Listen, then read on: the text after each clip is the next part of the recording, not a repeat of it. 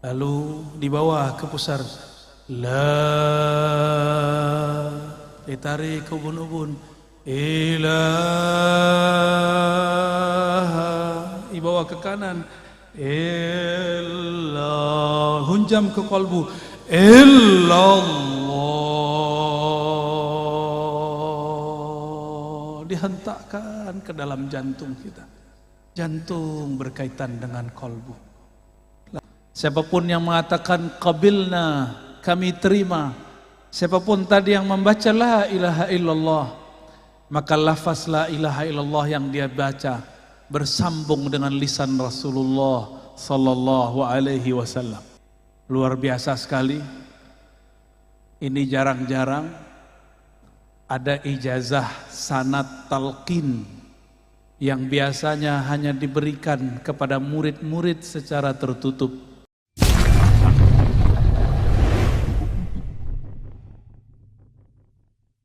Luar biasa sekali.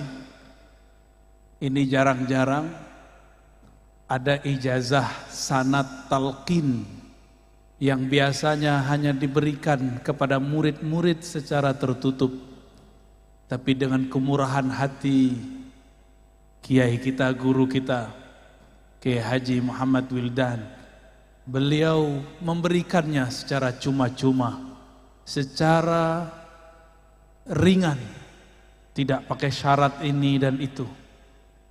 Barangkali karena orang-orang di Banjar ini hatinya memang sudah terpaut kepada Allah Subhanahu wa taala.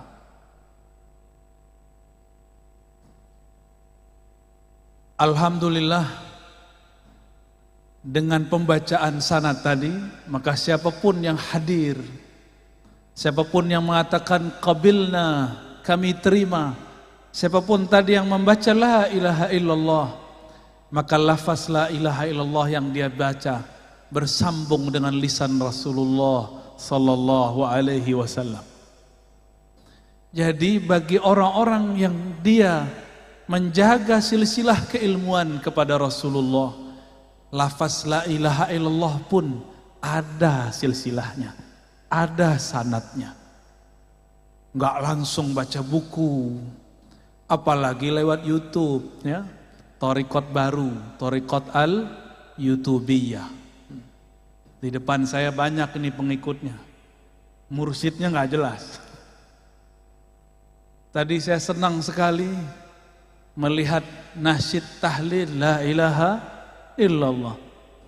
Mungkin di Indonesia, bahkan Malaysia, Singapura, Brunei sudah tidak ada penampilan zikir dengan teknik-teknik tadi.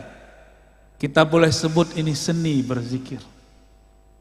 Di Aceh masih ada, tapi yang tersisa cuma tarinya, tari saman atau tari rifaiyah. Di Palembang masih ada manaqib Syekh Muhammad bin Abdul Karim As-Samman, manaqibnya, tapi zikir dengan teknik yang khusus. Barangkali di sini mungkin jarang dipakai, ya. Nanti saya akan membantu mencoba. Kenapa kepala itu gerak-gerak? Itu ada rahasianya. Enggak main gerak-gerak aja itu. Itu ada rahasianya kenapa kepala ke kanan, kepala ke kiri. Bahkan kalau dulu, saya tidak tahu masih ada di sini atau tidak, itu bisa sembari berdiri. Masih ada, ya. Kalau kami dulu kasih nama ratib berdiri, ya. Tapi oleh orang yang tidak mengerti, mereka katakan ini Syiah. Betapa jahilnya. Ini ada di kalangan ulama Ahlus Sunnah, bukan dari Syiah. Syiah tiada urusan dengan thariqat zikir. Syiah itu urusannya urusan politik sahabat, urusan politik Ahlul Bait. Mereka tidak urus zikir-zikir begini. Tapi benar adanya sanad kita daripada Sayyidina Ali karramallahu wajhah. Dulu Di masa saya masih belia, masih kecil, umur 12 tahun, saya hadir di majelis zikir Tarekat Samaniyah. Guru saya Abuya Al-Hasan Al-Basri. Namanya mirip seperti di sanad, tapi beliau Al-Minangkabawi, sedangkan yang di sanad lain lagi. Abuya Hasan Al-Basri, apa karamahnya? Saya belum ditalkin zikir, tapi sudah fana duluan. Ketika beliau memimpin zikir ba'da salat isya, afdalu dzikri la ilaha illallah. Ketika beliau baca la ilaha illallah pertama, badan saya langsung bergetar. Kolbu ini seperti berguncang. Itulah zalzalah sebelum zalzalah. Gempa di dalam kolbu. Idza dzukirallah wajilat qulubuhum. Disebut nama Allah, kolbunya berguncang. Karena badan saya masih kecil, akal saya masih belia, umur 12 tahun, akhirnya hilang.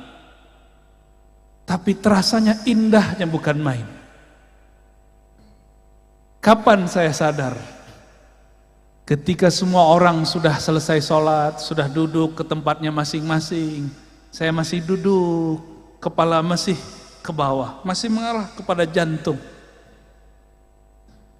Rasa itu tidak pernah saya lupakan sampai hari ini. Nikmatnya ketika kalimatullah masuk ke dalam kolbu.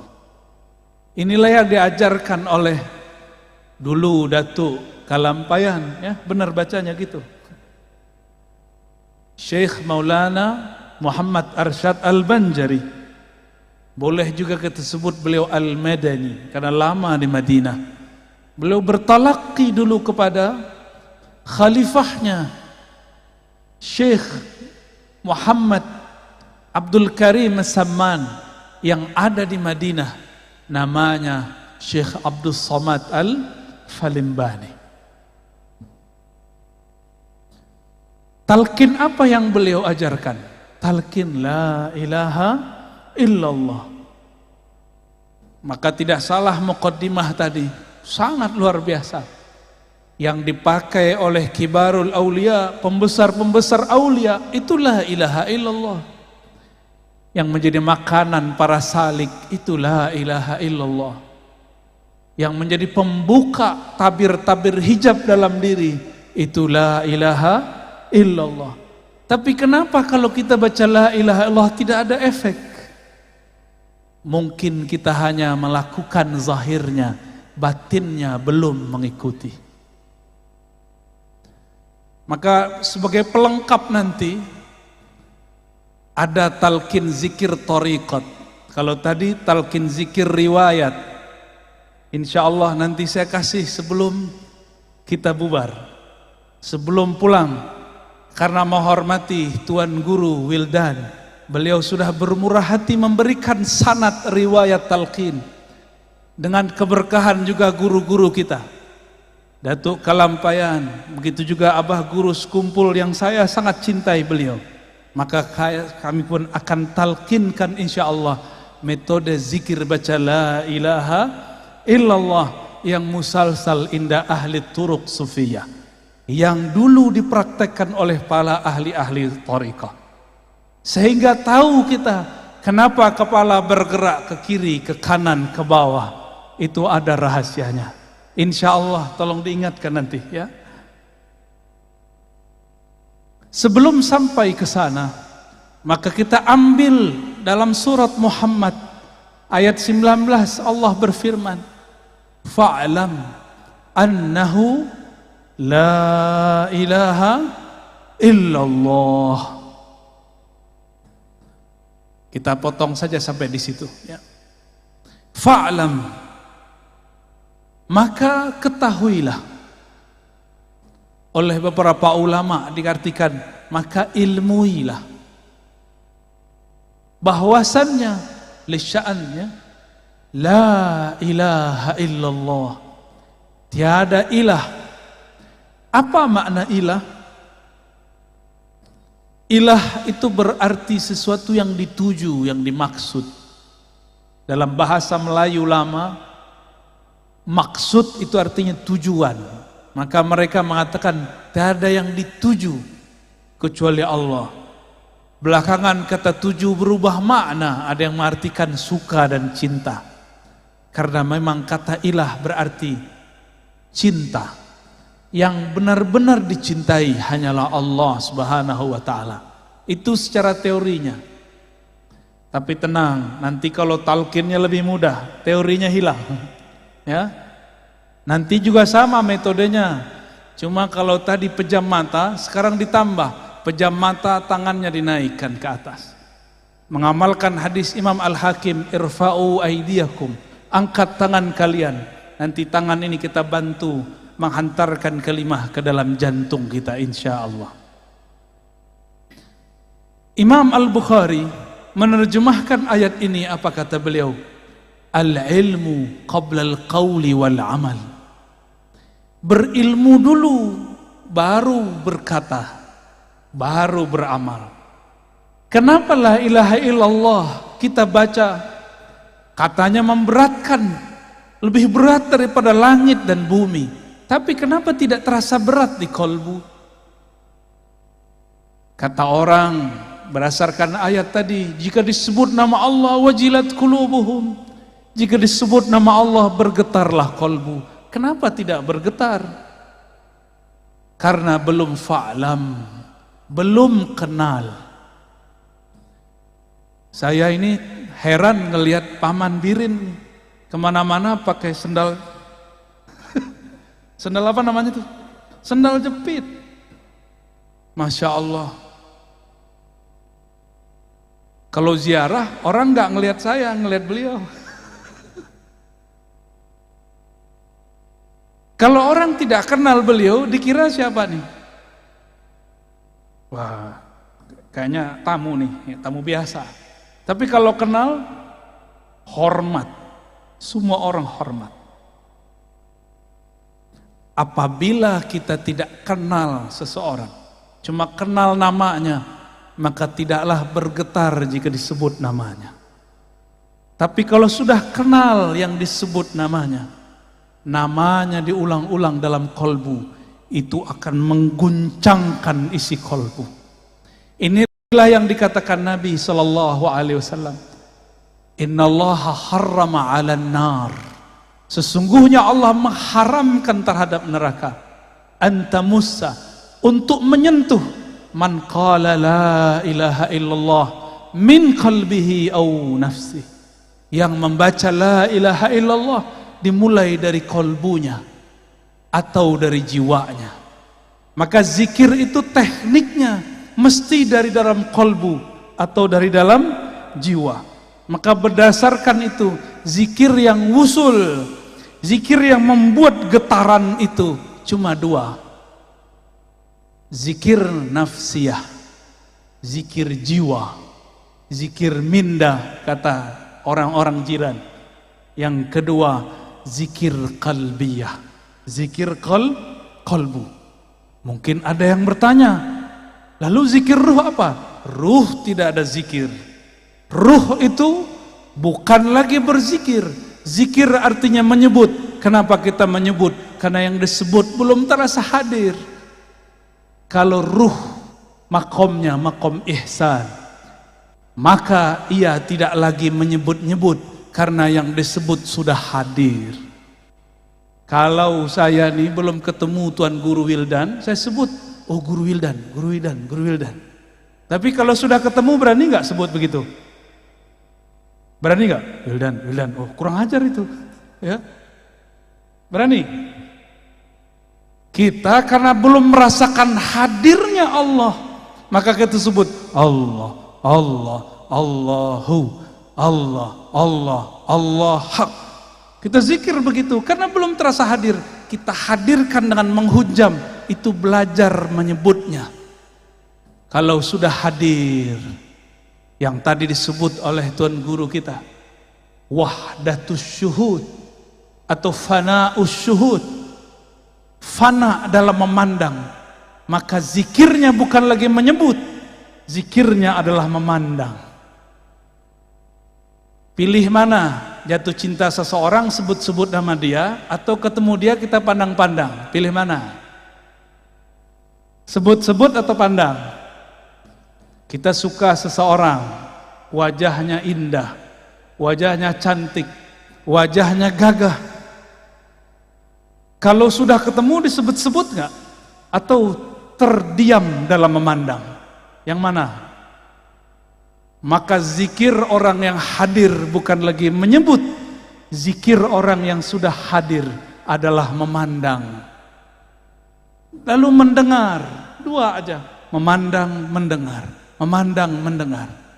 Tapi ternyata di atas itu ada makom lagi. Itulah makomnya Nabi. Apa makomnya Nabi?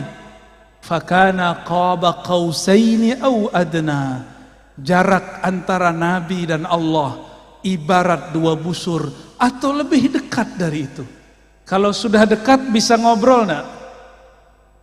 Maka inilah makom hiwar ma'allah, berkalam-kalam dengan Allah. Sayyidina Musa itulah makomnya. Nabi Muhammad au adna, lebih dekat daripada itu. Itulah makom Sayyidina Muhammad sallallahu alaihi wasallam. Suatu kali Nabi Musa alaihi salam dalam hadis yang sahih berkalam-kalam kepada Allah. Apa kata Sayyidina Musa? Ya Rabb, khussani bidzikrin. Tolong istimewakan aku, khususkan aku dengan satu zikir. Barangkali riwayat ini sudah sering kita dengar. Lalu Allah mengatakan, Ya Musa, qul la ilaha illallah. Wahai Musa, cukuplah engkau membaca la ilaha illallah. Apa kata Sayyidina Musa? Ya Rabb, ini zikir dibaca oleh orang awam ataupun khawas. Tolong khususkan aku dengan satu zikir saja. Apa kata Allah? Ya Musa, seandainya kalimah la ilaha illallah itu ditimbang dengan langit dan bumi, maka satu kalimah itu yang ikhlas lebih berat daripada langit dan bumi. Maka nanti di akhirat akan ada sekelompok orang tidak punya amal apapun, maka dia mau digiring oleh malaikat azab. Tiba-tiba Allah berkalam. Dalam riwayat Imam Tirmizi disebutkan bahwa Allah kemudian mengatakan, wahai malaikatku, bedahlah dadanya, perhatikan denyut jantungnya. Ternyata jantungnya bergetar dulu menyebut la ilaha illallah. Diambillah jantungnya itu, ditimbang dengan semua dosanya. Dalam hadis Imam Tirmizi dikatakan, dosanya sepanjang mata memandang. Tapi ketika ditimbang dengan kalimah la ilaha illallah, apa yang terjadi? Semua dosanya kalah. Yang menang kalimatut thayyibah la ilaha illallah. Jadi ini kalimah bukan main-main. Maka jangan main-main dengan kalimah la ilaha illallah. Ini lebih berat daripada langit dan bumi, lebih berat daripada gunung, lebih berat daripada air yang ada di lautan. Gak ada apa-apanya. Maka Sayyidina Musa kemudian berzikir la ilaha illallah. Dalam riwayat lain, disitulah terjadi dialog panjang antara Nabi Musa dan Jibril. Beliau melihat di ufuk, suatu ujung bumi, banyak sekali umat. Kata Nabi Musa, hai Jibril, itukah umatku? Kata Sayyidina Jibril, betul. Lalu beliau diperjalankan lagi ke negeri yang lain. Maka Sayyidina Musa melihat umat yang lebih banyak daripada umatnya. Kata Sayyidina Musa, "Hei Jibril, itu umat siapa? Umatku juga?" Nabi Musa sudah nggak yakin, karena umatnya banyak dulu ingkar. Kata Sayyidina Jibril, "Wahai Musa, itu umat akhir zaman." Kita di akhir zaman bukan? Di akhir zaman. Namun Nabi Musa kepedean. Bril, itu umat saya bukan? Saya enggak yang jadi nabinya. Nabi Musa sama Jibril itu udah kayak orang kenalan, bro panggilnya. Bro Jibril, itu umat saya bukan? Bukan, kata Jibril. Oh, kok bukan saya jadi umatnya? Kata Sayyidina Jibril alaihissalam, itu umat akhir zaman. Kalau gitu, saya aja jadi umat akhir zaman. Maka memintalah Sayyidina Musa, "Ya Allah, jadikan aku nabi umat akhir zaman." Apa kata Allah? "La ya Musa." Tidak wahai Musa. Nabi akhir zaman itu Muhammad sallallahu alaihi wasallam.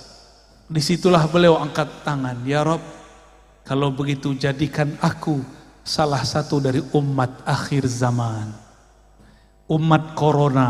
Ya. Jadi jangan sedih jadi umat corona, nikmati. Inilah dulu yang diminta oleh Sayyidina Musa. Di akhir zaman ini semua bala bencana ada, banjir ada. Ini Banjar lagi panen banjir Pak Gubernur ya.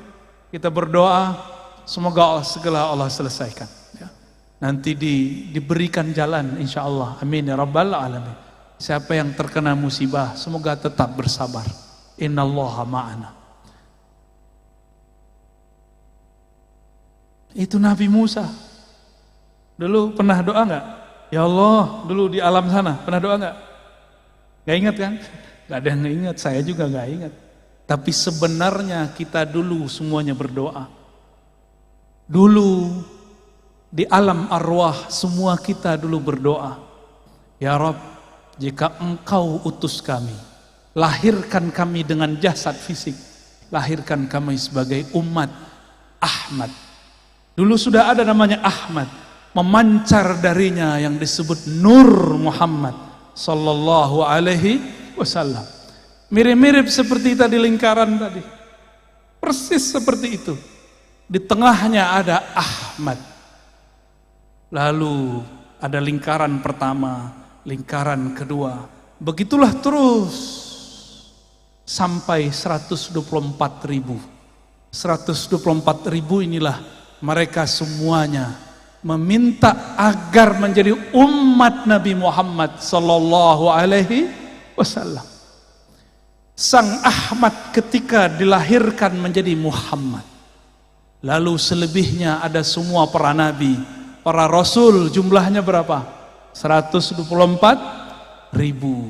Ini tadi berapa nih Pak Kiai jumlahnya? 200. Bisa dibayangkan 124.000 cahaya mengelilingi Sang Ahmad dengan cahayanya Nur Muhammad sallallahu alaihi wasallam. Maka siapa yang memandang Ahmad saat itu, lalu dia cinta, dia dilahirkan oleh Allah sebagai Habib, zuriat Rasulullah sallallahu alaihi wasallam. Siapa yang kenal Ahmad, maka dia dilahirkan oleh Allah sebagai ulama. Siapa yang cinta dan kenal, jadilah dia Habib plus orang alim. Udahlah Habib, dia alim pula. Itulah sejarahnya di alam dulu sebelum kita ada di alam ini. Jadi bukan sembarangan kok ada Habib terlahir Habib, kok ada Kiai, Gus, alim terlahir sebagai orang alim. Bukan sembarangan, itu adalah sejarah yang berulang. Semua para nabi berdoa jadi umat Nabi Muhammad, tapi yang terzahirkan dalam riwayat cuma 12. Apakah itu terwujudkan? Coba perhatikan kisah daripada Isra baginda Nabi Muhammad sallallahu alaihi wasallam.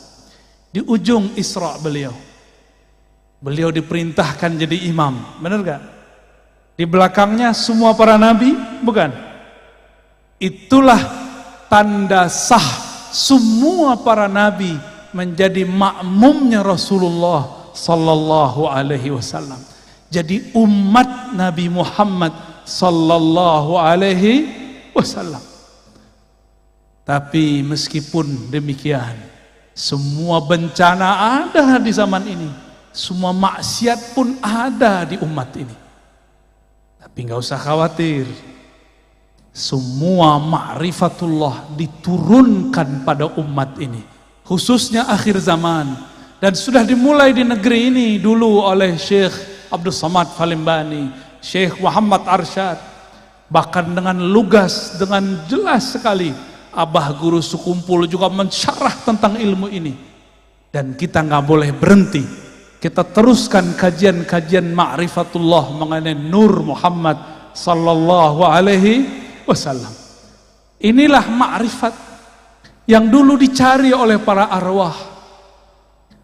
Maka berkatalah Al-Habib Zain bin Smith, begitu juga Syekh Abdullah Faiz Ad-Daghestani An-Naqsyabandi. Apa kata mereka? Dengan makna yang sedikit berbeda, lafaz yang sedikit berbeda, maknanya hampir sama. Siapa yang wafat, meninggal, mati, belum cukup suluknya, riyadhahnya, belum cukup ma'rifatnya, maka dia, jika dia seorang mukmin, dia mesti menyempurnakan jika masuk alam kubur. Jadi jangan dikira masuk kubur langsung ketemu Allah. Belum tentu. Orang masuk kubur disidang dulu, man rabbuk.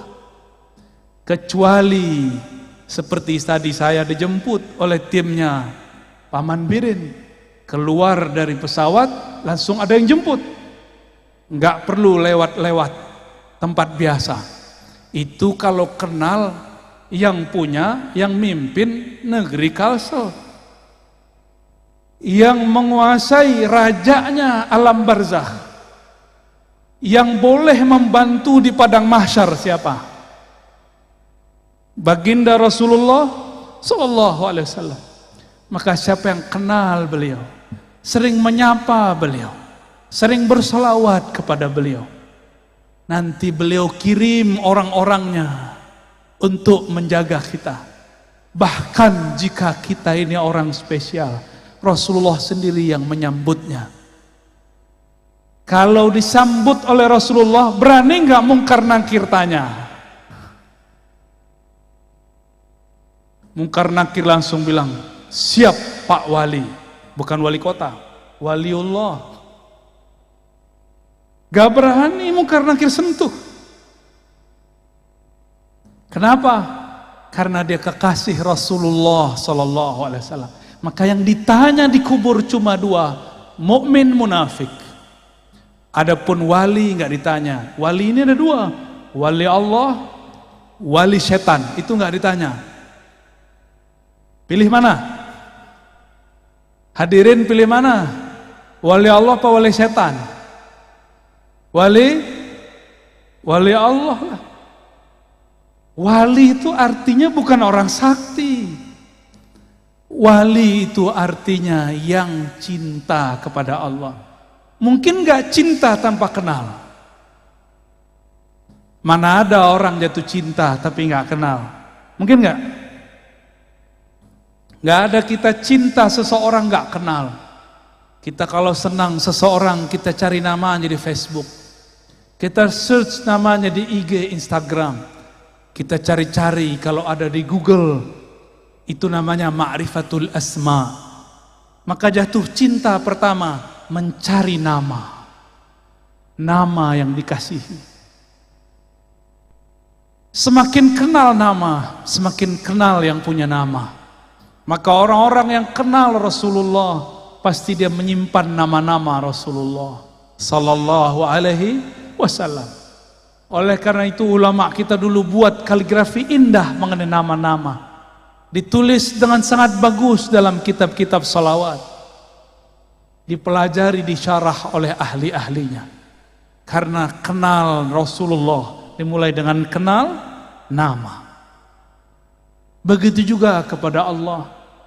Siapa yang kenal kepada Allah, maka kenalnya, mengertinya dengan nama-nama lebih banyak daripada yang tidak mengerti. Minimal kalau mau menjadi wali Allah level pertama, kuasai dulu ilmu ma'rifatul asma'il husna, ilmu mengenal asma'ul husna. Maka harus ada majlis syarah al asma'ul husna. Saya lihat ada beberapa ulama di sini yang mensyarah itu. Semoga tambah banyak. Tambah banyak. Mungkin sebagian ahli hikmah menggunakan kata-kata asma untuk jadi wirid dengan angka-angka tertentu. Itu kalau mau jadi ahli hikmah. Tapi kalau para pecinta, dia tidak perlu angka-angka. Disebut saja nama Allah. Sebut saja Rahman, Rahim. Namun kalau ingin belajar ilmu angka, ada ilmunya, disebut ilmu hurufi wal adat, ya. Ilmu huruf, ilmu hurufi wal adat, dan itu ada babnya. Hadirin hadirat yang dimuliakan Allah. Suatu kali dalam riwayat yang tadi dibaca, ada orang datang kepada Rasulullah. Siapa orang itu? Ternyata mantunya sendiri, Sayyidina Ali karramallahu wajhah. Beliau ini sudah membuka jalan untuk kita, karena gelarnya babul ilm, pintu ilmu. Maka tiada sesuatu berlian yang ada di dalam kota ilmu kecuali melewati pintu Sayyidina Ali karramallahu wajhah. Maka tiada tariqat sufi di muka bumi kecuali lewat Sayyidina Ali. Hanya satu yang lewat Sayyidina Abu Bakar, itu pun ada jalur Sayyidina Ali-nya, yaitu Tariqah An-Naqsyabandiyah. Selebihnya melalui Sayyidina Ali karramallahu wajhah. Begitu juga 4 mazhab. 4 mazhab semua imamnya terhubung sanadnya kepada Sayyidina Ali. Benarlah kata Sayyidina Muhammad sallallahu alaihi wasallam, kullu nasabin inqata'a illa nasabi. Semua nasab terputus kecuali nasabku. Maka lihatlah mukjizat Rasulullah hari ini, yang baqa, yang masih langgeng sampai sekarang, hanya nasab Rasulullah. Nasab kita mungkin cuma 6, 7 sampai ke atas. Sedangkan nasab zuriat Rasulullah sampai Nabi Adam. Lalu beliau mengatakan, wa kullu sanadin inqata'a ila sanadi. Semua sanad ilmu terputus kecuali yang lewat sanadku. Itulah pentingnya tadi kenapa Tuan Guru kita membacakan sanad. Imam Abu Hanifah pernah berguru kepada Ja'far Shadiq. Apa kata beliau? Laula Ja'far lahalaka Nu'man bin Thabit. Kalau bukanlah karena Ja'far, binasalah Abu Hanifah Nu'man bin Thabit. Jadi beliau ini orang pintar. Pintar secara akal, pintar secara hafalan tidak cukup. Harus belajar ilmu qalbu. Itulah ilmu yang diajarkan cucu cicitnya Sayyidina Ali, Ja'far Shadiq. Maka tiada mazhab kecuali lewat Sayyidina Ja'far. Dan ini bukanlah sanadnya Syiah. Ini sadat ulama kita Ahlus Sunnah wal Jamaah. Sayyidina Ali buka jalan. Tadi sudah dibacakan oleh Tuan Guru kita. Sayyidina Ali bertanya, wahai Rasulullah, tolong tunjukkan kepadaku jalan terdekat kepada Allah. Jangan yang mutar-mutar. Kita baru saja melewati masa, bahkan mungkin masih ada di beberapa pesantren. Jika ingin talqin zikir, puasa dulu sekian hari. Ingin dapat dalail khairat, puasa dulu sekian tahun. Itu cara. Tapi Sayyidina Ali mudahkan jalan. Apa kata beliau? Akrab, lebih cepat. Wa ashal, lebih mudah. Wa arfa, dan lebih tinggi. 3 itu. Lebih dekat, lebih mudah, lebih tinggi. Maka kenapa semua thariqah akan hancur kecuali thariqah yang bersumber dari Sayyidina Ali? Karena thariqah beliau mempermudah murid, bukan menyusahkan murid. Maka saya berpesan kepada diri saya sendiri dan semua guru-guru, tuan-tuan mursyid, tuan-tuan khalifah, buka man la yut'ibuka. Guru hakikimu, mursyid hakikimu bukan yang banyak wiridnya, banyak puasanya, bukan. Mursyidmu yang memudahkan jalan bagimu.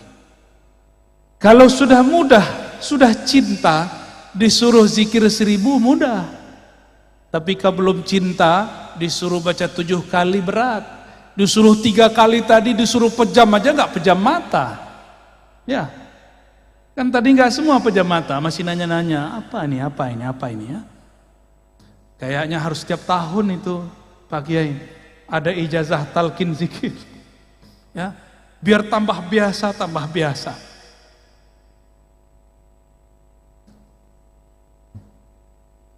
Saya dapat sanad ijazah thariqah samaniyah daripada Abuya Masri. Namanya pakai ri belakangnya. Abuya Masri, Abuya Hasan Basri, Abuya Darlis bin Hasan Basri.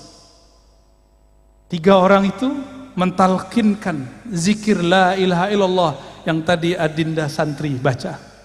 Termasuk zikir hu Allah. Allahu itu ada tadinya. Tadi Bapak Ibu Saudara lihatnya, itu duduk bisa lama begitu.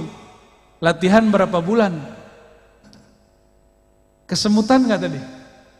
Iya, benar ya, kesemutan. Kalau sudah asik zikrullah, kesemutannya nanti hilang. Yang ada keasikan. Maka barakallahu lakum, ya. Sudah sebut-sebut nama Allah, pasti disebut di sana. Di sana mirip bajunya seperti kalian, cuma mereka berserban semua. Ada yang membaca Allah, begitu di sana. Saya tidak boleh sebut di langit berapa ya, nanti jadi fitnah. Nanti jadi dongeng kata orang sebelah, kata orang Khawarij. Masa kita zikir begini disebut Syiah? Ya salam. Gak bisa dia membedakan antara Ahlus Sunnah dengan Syiah.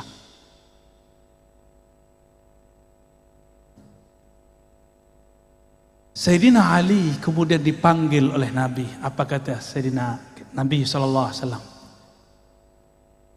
Wahai Ali, hendaklah engkau banyak-banyak dawamkan zikrullah dalam khalwatmu, dalam sepimu, dalam sunyimu.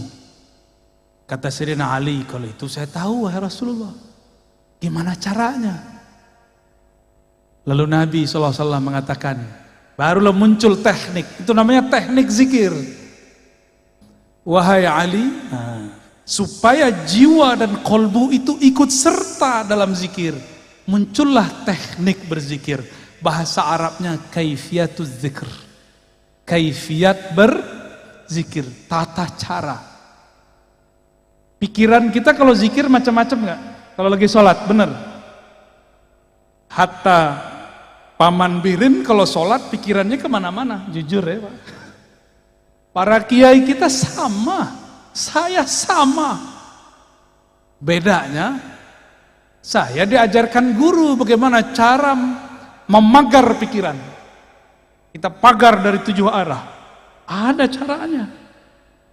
Udah dipagar dari 6 arah. Ternyata yang paling bahaya yang dari dalam ini. Maka Nabi mengatakan kepada Sayyidina Ali, ya Ali, aghmid ainaik. Wahai Ali, pejamkan kedua matamu. Kenapa mata mesti dipejam? Karena 2 mata ini penghalang pikiran, hijab bagi kolbu. Kalau mata masih memandang, maka basirah dalam kolbu terhalang. Maka dipejamkan mata, Disitulah kalimah yang tadi dikatakan Tuan Guru kita dapat ditanam, dicangkul dalam kolbu. Jadi kalau mata masih dibuka, terhalang oleh pikiran. La ilaha illallah, gak jelas perginya. Ya, perginya kemana-mana. Tapi kalau mata dipejam, tinggal telinganya difokuskan. Fokuskan kepada lafaz guru. Supaya tangan tidak kemana-mana. Di hadis Imam Hakim, irfa'u aidiakum, angkat tangan kalian. Ada teknik begitu. Makanya jangan heran, di kitab-kitab lama masih ditulis kalau zikir itu tangannya diginikan. Allah, Allah, masih ada di sini.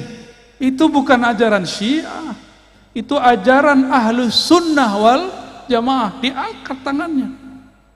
Bedanya kalau muridnya sahabat, gurunya Rasulullah, sekali angkat tangan usul sahabat Rasulullah.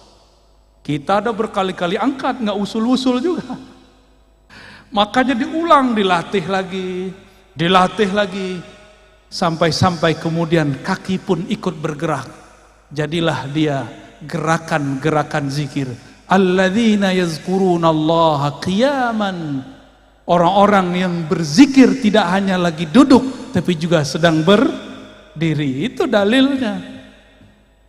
Bahwa boleh berzikir sembari berdiri. Al-Muhaddis Al-Kabir Al-Azim Sidi Abdul Aziz Al-Ghummari, barangkali Tuan Guru pernah ketemu beliau, ya, kawan daripada Syekh Yasin Al-Fadani. Itu kalau zikir beliau ikut jingkrak naik ke atas. La ilaha illallah, badannya naik. Ulama ini kan udah jarang olahraga, maka cocok sekali zikir saman tadi untuk zikir para kiai. Ya. Pulang-pulang makan nasi kebuli, ya. Apalagi ada kambing, ya salam, kolesterol. Kalau ulama zikir banyak, gerak kurang, ngajar banyak, kolesterol. Maka zikir tadi itu menjadi riyadhah, tidak hanya bagi kolbu, tapi juga bagi badan. Zikir itu panas. Kenapa ada orang latihan-latihan supaya badannya keren, apa namanya, six pack, petak-petaknya ada 6. Ya, apa yang dilakukan? Latihan berulang-ulang mengangkat berat. Benar? Sama jika kolbu mau dibuat six pack, jika kolbu mau dibuat kuat, maka lafaz kalimah la ilaha illallah yang beratnya lebih berat dari langit dan bumi harus berulang-ulang dihunjamkan, dipukulkan, dihentakkan ke dalam kolbu. Barulah kolbu itu nanti menjadi lansing. Maka dia bergerak sangat lincah, cepat tanggapnya. Betapa naifnya manusia untuk mencari uang. Dia berangkat pagi, pulang malam. Berangkat pagi, pulang senja. Berangkat pagi, pulang petang. Tapi untuk mencari kenikmatan yang ada di dalam kolbu, mereka tidak mau berangkat seperti itu. Tapi saya lihat yang hadir malam ini dari berbagai negeri. Semoga termasuk orang yang ingin kolbunya six pack, ya. Amin. Nanti kita kasih oleh-oleh, tolong diamalkan nanti kalau pulang. Ba'da sholat baca dengan teknik yang kita kasih nanti. Biasanya saya baru kasih kalau orang yang sudah zikir ya hayyu ya qayyum 40 hari. Tapi khusus untuk orang Banjar atau orang yang hadir malam ini, kita berikan dengan mudah karena Sayyidina Ali telah mempermudah. Guru kita Tuan Guru Wildan juga sudah mempermudah ijazahnya. Insya Allah. Mau langsung atau nanti? Tar dulu ya. Jam berapa nih? 11 sampai jam berapa kita? Wah. Gimana, udah kesemutan belum? Kasih saya tisu dong satu.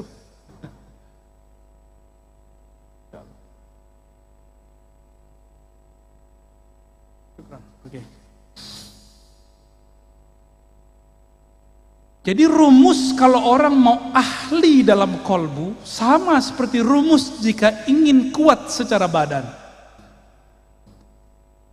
Betapa aneh orang sakit jantung, katakan dokter sama dia, wahai tuan, supaya sehat jantung Anda, jalanlah setiap hari 30 menit. Benar. Jalanlah 1 jam, jalanlah 1 kilo, 2 kilo. Kalau dokter yang berfatwa, kita dengar. Sekarang ada kiai, ada guru, ada ustadz, ada para syaikh. Mereka sedang memberikan obat bagi kolbu.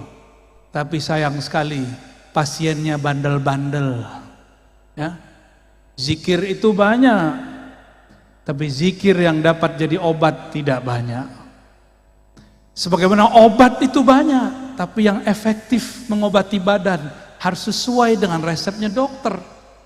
Dokter itu bukan orang yang cuma belajar sebentar, setahun, 2 tahun. Dokter itu kuliahnya 4 tahun, praktek koasnya 2 tahun, 6 tahun baru bisa mengobati badan. Apalagi kalau ingin mengobati kolbu. Kalau jam terbang kolbunya sebentar, bagaimana ia akan menghendak mengobati kolbu? Maka anak-anak kita kalau mudanya sibuk bermain, nonton, nge-game, jadi apa nanti dia kalau dewasa? Kalau bapak-bapak ini masih sibuk nonton, bagaimana nanti dia ketika ajal datang? Harus punya satu waktu dia berkhalwat, bersepi-sepi dengan Allah Subhanahu wa ta'ala. Maka Nabi berkata kepada Sayyidina Ali, "Ya Ali, ghammid ainaik." Wahai Ali, pejamkan matamu. Lalu isma' minni salasan, dengarkan aku baca la ilaha Allah 3 kali. Ini diperdebatkan caranya. Isma' minni ini apakah setiap baca la ilaha illallah lalu kita ikuti la ilaha illallah, atau tunggu dulu sampai selesai la ilaha 3 kali baru kita ikuti? Ini perbedaan ahli thariqah. Saya dapat dua-duanya. Ada guru saya mengatakan, "Qul la ilaha illallah." Kita baca la ilaha illallah sampai 3 kali. Ada juga guru seperti Tuan Guru Wildan tadi. Beliau baca dulu 3 kali, baru kemudian kita ikut 3 kali. Cuma ada yang belum disebut di riwayat itu. Adanya di riwayat Imam Bukhari. Apa kata Nabi tadi? Allah mengharamkan neraka terhadap orang yang membaca la ilaha illallah dari kolbunya atau dari jiwanya. Bagaimana cara membaca la ilaha illallah dari kolbu? Inilah pegangan Syekh Arsyad, Abah Guru Sekumpul, Syekh Abdul Somad Falembani, yang dulu bersambung sanad mereka kepada Tuan Syekh di Madinah, Muhammad ibn Abdul Karim As-Sammani. Dipejamkan mata, lalu ketika baca la, supaya pikiran ini tidak kemana-mana, dipenjarakan, diberikan dia batasan. Pandanglah dalam pejam matamu bagian pusar. Ada pusar nggak? Pada punya pusar nggak? Tahu pusar? Bahasa sini pusar. Pusat. Bapak Ibu punya pusat nggak? Kalau nggak punya pusat itu apa namanya? Di kampung saya namanya bunian. Sama. Apa? Pujal. Udah horor sekali. Mungkin ada yang hadir, dia nyamar sekarang ya. Coba cek dulu. Itu apa tuh? Dipejam mata, kepala menunduk. Makanya dalam zikir saman lama itu kepalanya begini, la, baru diangkat ke atas. Ke bawah dulu, la. La itu dihentakkan dari pusar, dari pusat kita. Lalu ditarik ilaha ke ujung ubun-ubun. Kenapa ke ubun-ubun? Ini bagian kepala, bagian angan-angan.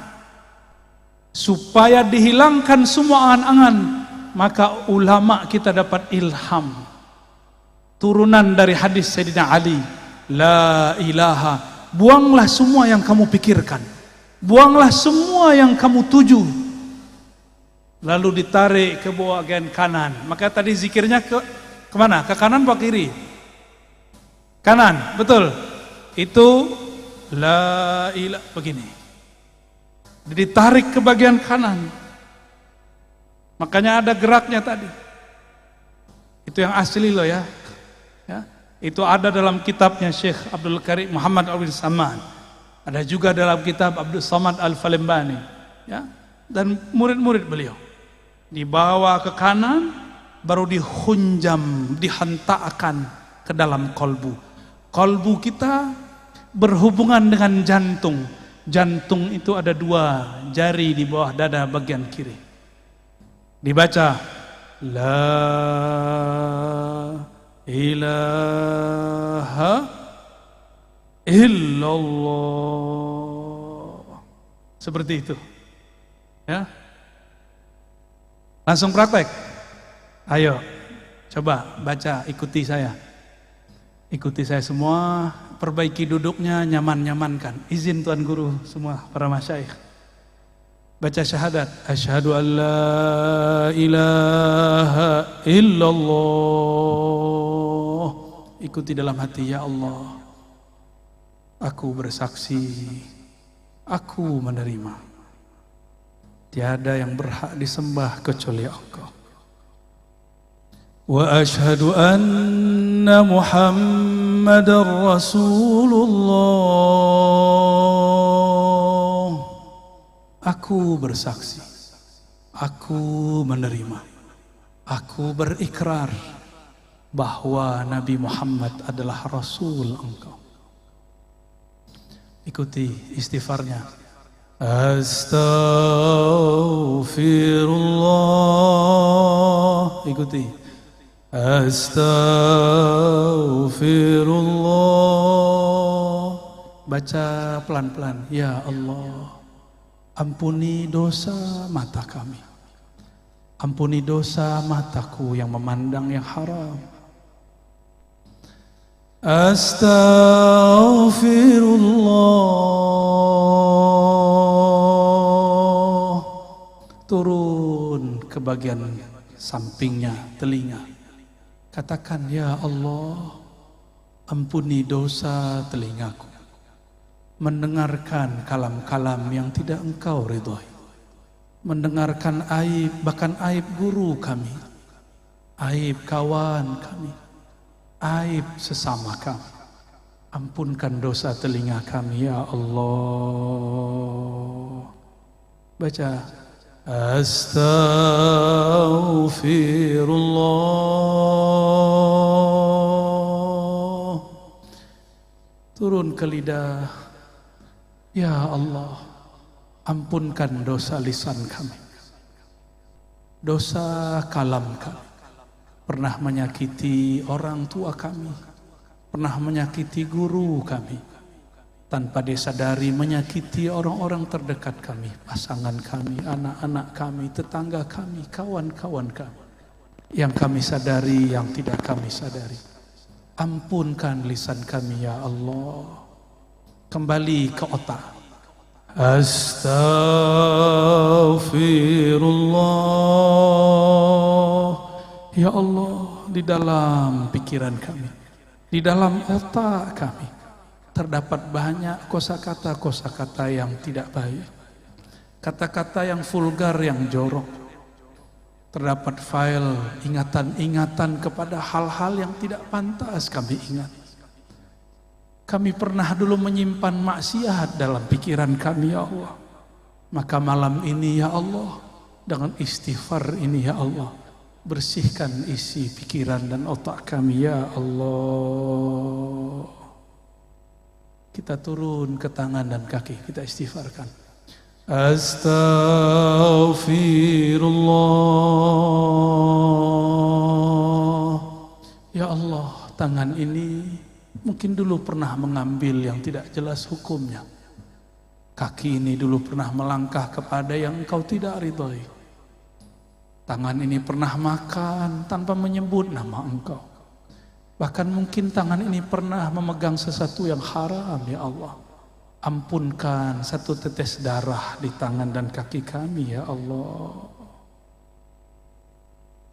Turun kepada perut kita. Istighfarkan isi perut kita. Astaghfirullah. Ya Allah, perut ini pernah makan sesuatu tanpa menyebut nama Engkau. Perut ini pernah diisi dengan makanan yang tidak jelas hukumnya di sisi Engkau.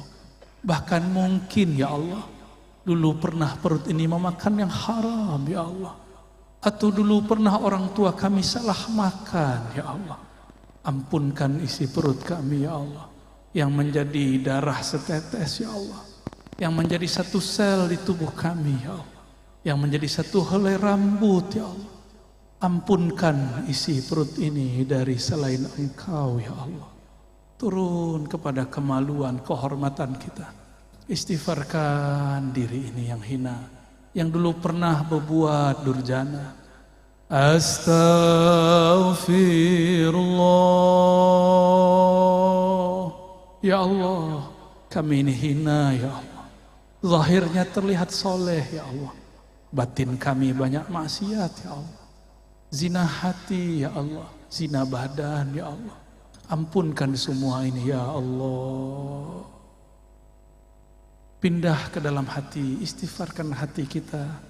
Mungkin ada sombong, ada merasa lebih pintar, merasa lebih soleh daripada orang lain, merasa lebih baik daripada orang sebelah.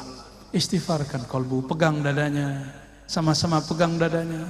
Katakan, Astaghfirullah. Rasakan degup jantungnya. Ya Allah, ya Allah, kalbu kami penuh dengan penyakit-penyakit, penuh dengan maksiat, penuh dengan kesombongan, ya Allah. Baru sedikit amal, ya Allah, sudah merasa benar, ya Allah. Baru sedikit ilmu, sudah merasa paling pintar, ya Allah. Baru sedikit riadah amalan, sudah merasa sufi, sudah merasa wali, ya Allah. Ampunkan kalbu kami, ya Allah. Astaghfirullah. Terus pegang dadanya, dielus-elus dadanya, ya Allah. Di dalam dada kami ini ada sifat terburuk, ya Allah. Sifat iri dengki, ya Allah. Kami masih belum percaya kepada jaminan Engkau, ya Allah. Ketika kami memandang ada sahabat, tetangga, kawan kami dapat rezeki, kami mengira itu rezeki kami, ya Allah, diambil olehnya. Kami berprasangka, ya Allah, Engkau salah kirim rezeki kepada mereka, ya Allah. Ampunkan salah dalam hati kami, ya Allah. Ampunkan iri dengki ini, ya Allah. Di kalbu ada sifat ria, beramal karena ingin dipandang. Istighfarkan. Astaghfirullah. Ya Allah, di dalam dada kami ini terbersit jika beramal ingin dipandang. Bahkan terbersit ada rasa senang dipuji, harap pujian. Bahkan lebih dalam lagi, ya Allah, kami terbersit takut dicaci, takut dimaki. Maka kami menampilkan kesolehan palsu, ya Allah. Ampunkan ria dalam kalbu kami, ya Allah. Astaghfirullah. Ya Allah, di dalam kalbu kami ada kelalaian, ya Allah. Ada lalai mengingat Engkau, ya Allah. Bahkan kami lalai mengingat Engkau dalam ruku dan sujud kami, ya Allah. Bagaimana mungkin, ya Rabb, salat ini diterima, baru saja takbir kami lupa lalai kepada Engkau, ya Allah. Ampunkan salat kami yang tidak khusyuk itu, ya Allah. Ampunkan baca Quran yang tidak tulus ini, ya Allah. Ampunkan kalbu kami yang keras ini, ya Allah. Ampulkan kalbu kami yang malam ini ingin menyebut nama Engkau, tapi belum tersentuh, ya Allah. Terakhir, kita istighfarkan orang tua, pasangan, keturunan, anak-anak, tetangga, bahkan semua umat kita istighfarkan. Astaghfirullah, ya Allah. Dosa kami kepada orang tua kami banyak, ya Allah. Dosa kami kepada pasangan kami banyak, ya Allah. Kami mengkasari mereka, ya Allah. Kami pernah membentak mereka, ya Allah. Ampunkan dosa kasar kami, ya Allah. Dosa-dosa kami yang menyinggung mereka, ya Allah. Begitu juga ampunkan, ya Rabb, dosa semua umat. Dosa semua umat yang bersyahadat kepada Engkau, menerima baginda Rasulullah senabi Engkau. Al-Fatihah, sama-sama. A'udzu billahi minasy syaithanir rajim. Bismillahirrahmanirrahim. Alhamdulillahi rabbil alamin. Ar-Rahmanir Rahim. Maliki yaumiddin. Iyyaka na'budu wa iyyaka nasta'in. Ihdinas siratal mustaqim. Siratal ladzina an'amta 'alaihim ghairil maghdubi 'alaihim waladdallin.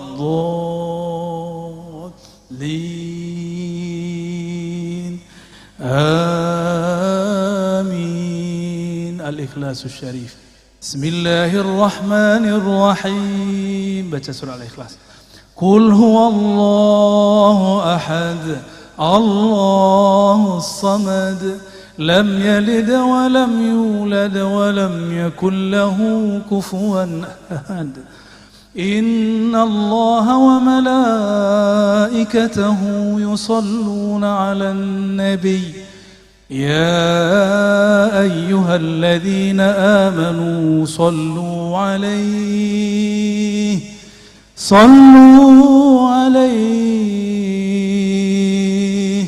Sallu alaihi wa sallimu taslima.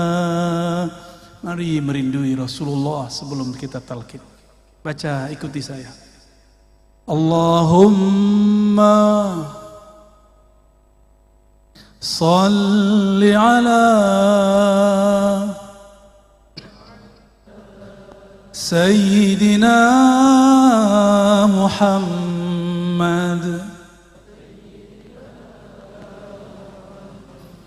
Allahumma salli ala Sayyidina Muhammad. Salli ala Sayyidina Muhammad. Ikuti, baca dengan lisan yang lirih, yang lembut. Ya Allah, sampaikan salam rindu kami, sampaikan salam dari ruh kami kepada ayahanda ruh kami, Nabi Muhammad sallallahu alaihi wasallam. Allahumma, sama-sama. Allahumma salli ala Sayyidina Muhammad. Ya Allah, sampaikan salam kami, rindu kami, cinta kami kepada baginda Nabi Muhammad sallallahu alaihi wasallam. Sampaikan maaf kami, ya Allah. Kalbu ini ingin merinduinya tapi tidak dapat merinduinya. Ingin memandang wajahnya tapi mimpi pun kami belum dapat, ya Allah. Ingin memandang keindahan akhlaknya tapi akhlak kami belum seindah akhlaknya, ya Allah. Allahumma salli ala Sayyidina Muhammad. Ya Allah, Sampaikanlah ya Rabb, rahmat Engkau, kasih sayang Engkau, limpahkan jualah kepada ayahanda ruh kami, baginda Nabi Muhammad, Abu Ruh, Nabiyuna Ahmad, Rasuluna Muhammad sallallahu alaihi wasallam. Ikuti sama-sama. As-salatu wassalamu alaika ya sayyidi ya habibi ya Rasulullah.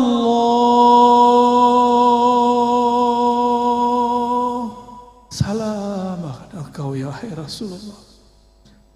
Wahai Rasulullah, wahai ayahanda ruh kami, terimalah salam yang tidak sempurna ini dari kami.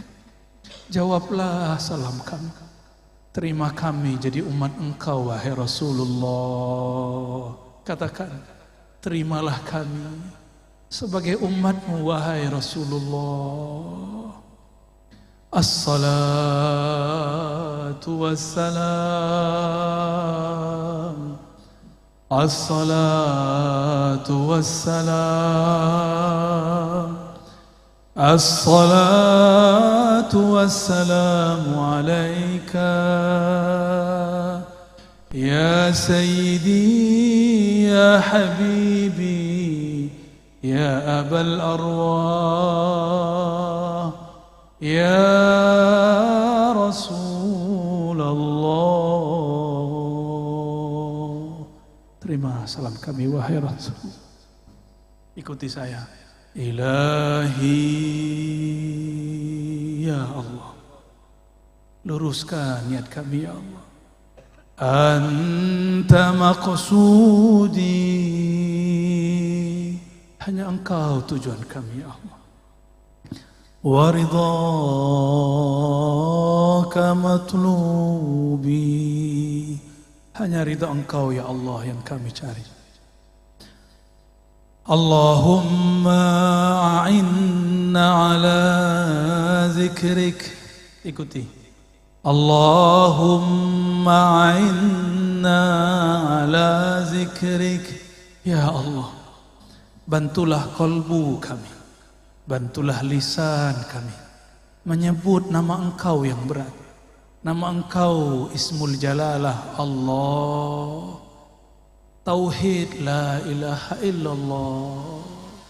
Bantu kami ya Allah mensyukuri nikmat-Mu, membaguskan ibadah kepadamu. Coba angkat tangannya ya, satu aja bagian kanan tangannya, lalu di bawah ke pusar, la, ditarik ke ubun-ubun, ilaha, dibawa ke kanan, illallah, hunjam ke kalbu, illallah,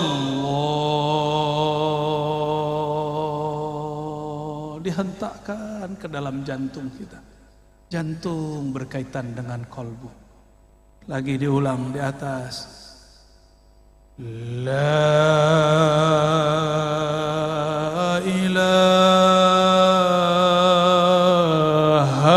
illallah,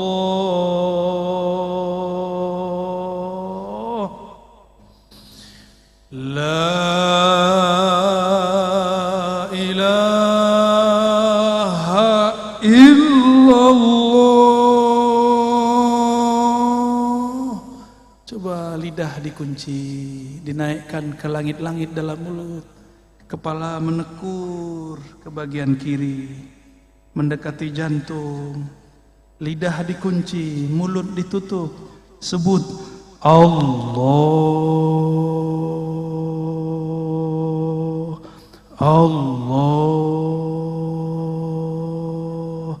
Allah, terus ya Allah, teruskan Allah, lidah tetap dikunci, sebut nama Allah. Sekarang teriak tapi dalam diri, di dalam diri, tidak bersuara, teriak di dalam kolbu, teriakkan ke dalam kalbu. Baca, ya Allah. Serulah Allah atau serulah Ar-Rahman. Qul ud'u Allah aw ud'u Ar-Rahman. Seru, ya Allah. Dorong selain nama Allah. Bahkan nama sendiri pun ditiadakan. Tiada nama kekasih, tiada nama harta, tiada mobil, tiada rumah. Hanya ada nama Allah. Terus baca pelan-pelan. Ya Allah. Sedalam-dalamnya, selembut-lembutnya. Allah.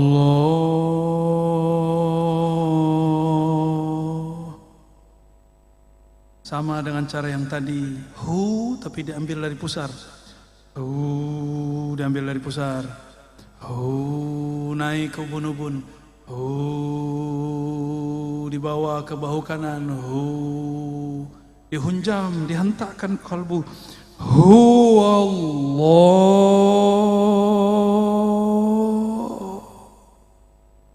Lagi pelan-pelan zikir kita yang lembut. Dibawa ke ubun-ubun, bahu kanan dihunjam. Illallah.